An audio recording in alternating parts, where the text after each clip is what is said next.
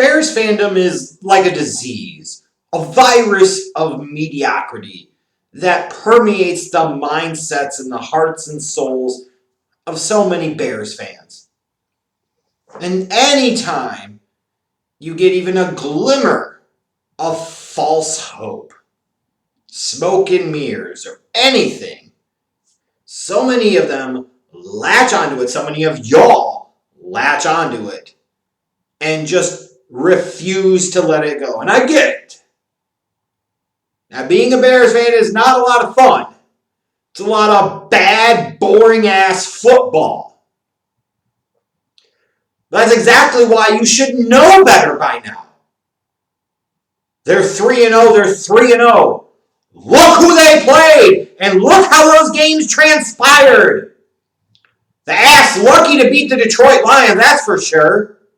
Even if you want to talk about the fourth quarter comeback, they still almost pissed that down their legs. They're a swift drop away from losing that one. The Giants game came down to the final play. They didn't show up in the second half. And then the Falcons, my God, the Falcons. 16-point fourth quarter lead, they pissed down their legs. And where the reality is you could make an argument through 3 weeks that this Bears team should be at best 1-2, and very realistically just as easily 0-3. So many of you found yourselves buying into this BS, buying into the hype, and thinking that this team was anything other than what it is, a mediocre fraud. And especially knowing that that was going to only ramp up and intensify now that Trubisky's on the bench, and y'all somehow magically believe that Nick Foles is going to be the answer. Foles is the man. It's Foles magic and all this other fool's gold is what the hell it is. You saw all of this play out today for the Bears at Soldier Field against an actual real team, a viable competitor in the Indianapolis Colts. And let's be clear here. It doesn't help when your defense drops or doesn't connect on 2 gift INTs. Like you have turnovers given to you and you fail to capitalize. Eventually, are going to come home to roost. And the Bears, you could also argue, are incredibly fortunate that they played this 2-1 Colts team today with a Phillip Rivers at starting quarterback because Rivers is clearly washed. Everybody knows it, senses it, can see it. It's obvious. So the fact that this team didn't get boat raced more at home by the Colts, they're lucky. They're damn lucky. And that's exactly what it is.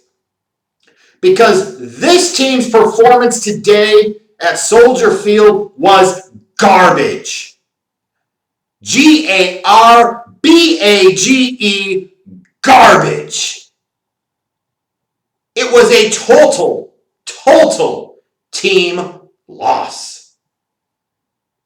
What I don't get is so many people wanted to believe last week that what Nick Foles did in the fourth quarter in what was at that time garbage time against a trash Falcons defense that was also depleted by injury, making them even more trash-like, was going to carry over against a legit good NFL defense. The hell was wrong with you? What were you thinking? You know better by now. What you saw today, 3 points scored through the first 58 plus minutes of the game, is the same type of crap you get with Trubisky. What the hell's the difference? And you can make excuses and you can talk about this, but the reality is there's a reason Foles wasn't the starter at the beginning of the year. And I think you saw that play out today during the game. And yes, you could maybe technically make an argument that he's better than Trubisky, but what does that mean, and what does that even equate to, and how much difference does that make? The answer is absolutely nothing. Nothing. It don't matter. The offensive line was trash. Their effort in the running game was piss poor. They couldn't get the running game going. God's sakes, David Montgomery didn't even get 30 yards, I believe, on the ground. It was just bad. It was nice to see them try to get Mooney a little bit more involved in the game. But again, you'd like to see them take shots earlier in the game down the field, be a little more aggressive. If nothing else, get some type of break, a penalty, a defensive holding, illegal contact. defensive pass interference. As liberal as the rest have been in recent years calling that, you're doing yourself an incredible disservice if you just don't throw a couple of B.O.B. bombs each game. Just chuck it deep. It's the worst that can happen. Basically what you already see from the Bears offense anyways. And you look at it, it's just the receiving core isn't great. I saw Kyle Long's dumbass tweeting toward the game, pay him. Pay him for what? Why? You got multiple instances this year where Allen Robinson has displayed non-wide receiver one traits, and on top of that, you're pumping them up. When they finally had gotten in the end zone with a little over a minute and a half left to go in the game, what the hell are you talking about?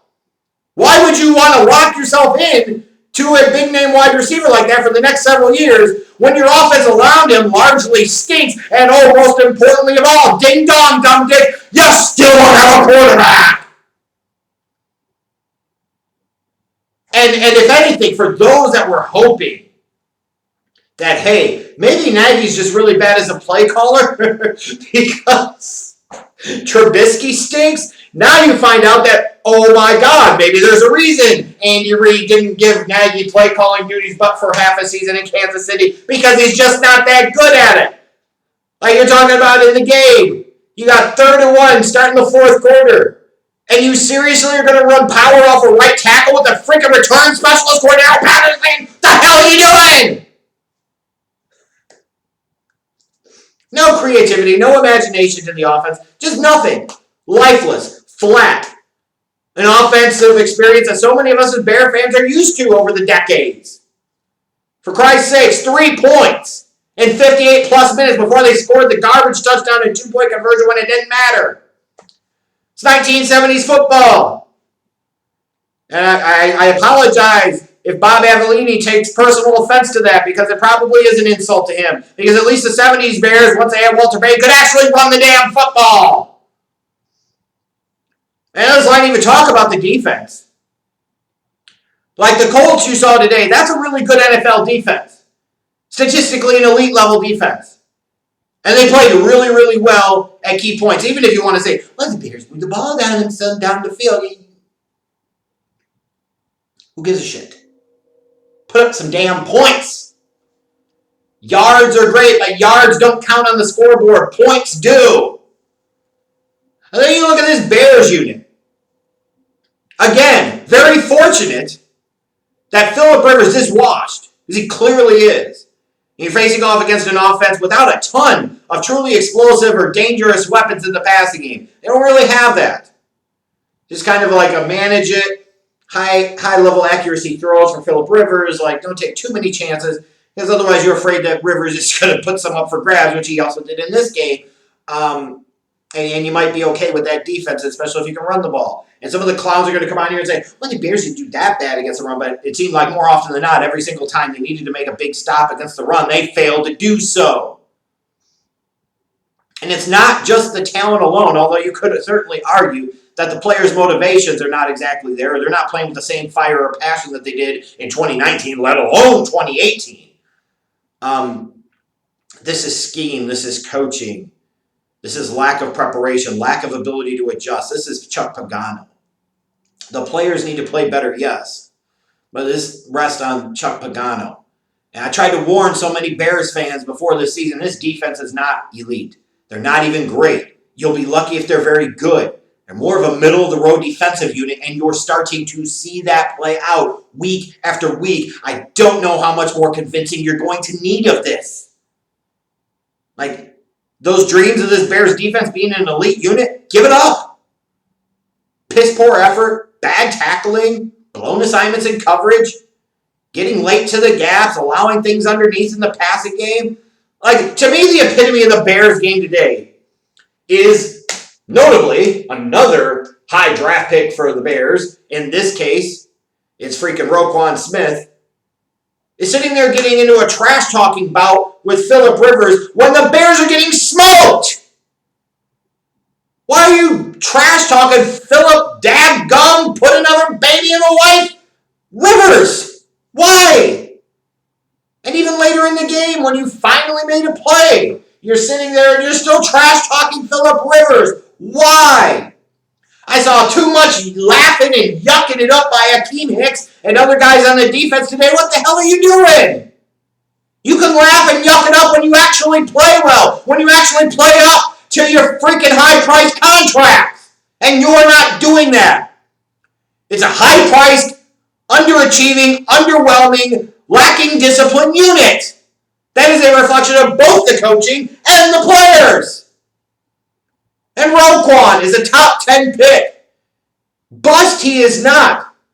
But you take a guy in the top 10 as a middle linebacker, you want an Urlacher type of defensive piece, a Kuechly type of defensive piece.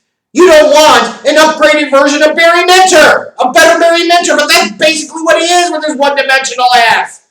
Slow hitting the holes and getting roasted.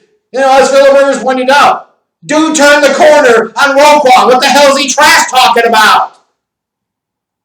And now you sit there. The Bears are 3-1. They've made the plunge to Foles. You can't just go right back to Trubisky, but you got to say to yourself, Mitch could have done that today. Sit there and say, well, give Foles more time. You don't get that luxury.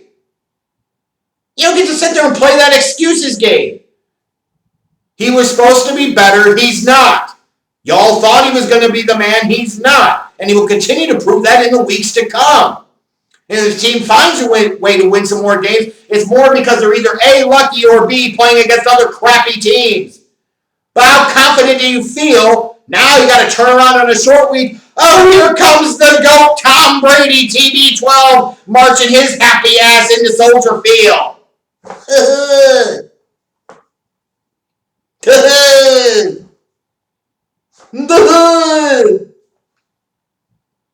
A total team loss today.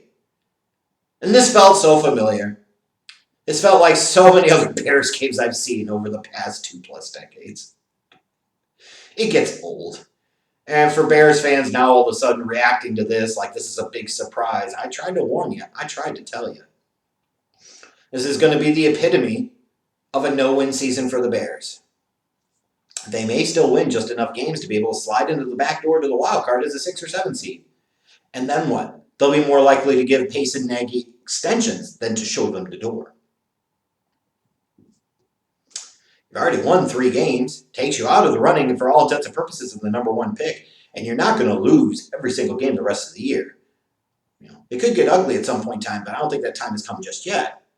But you're going to be a 6-10 to 10-16. Whoopee. Like so many other Bears teams. Not good enough to truly contend, not bad enough for it to really matter and bring about positive change. That's Ted Phillips football. And that most certainly of all is Virginia McCaskey and McCaskey family football, isn't it? Isn't it? I am totally not surprised with what I saw today. What we saw today against a good team, even though that good team is 2-1, because in part they played some crappy teams. What we saw against the Colts today, this should be viewed as a more accurate reflection of the 2020 Chicago Bears. Not that garbage of the first 3 weeks. And if you base what you saw today as your basis for expectations of the 2020 season, it's going to be a long year, folks. So just be ready for it. Tried to tell you.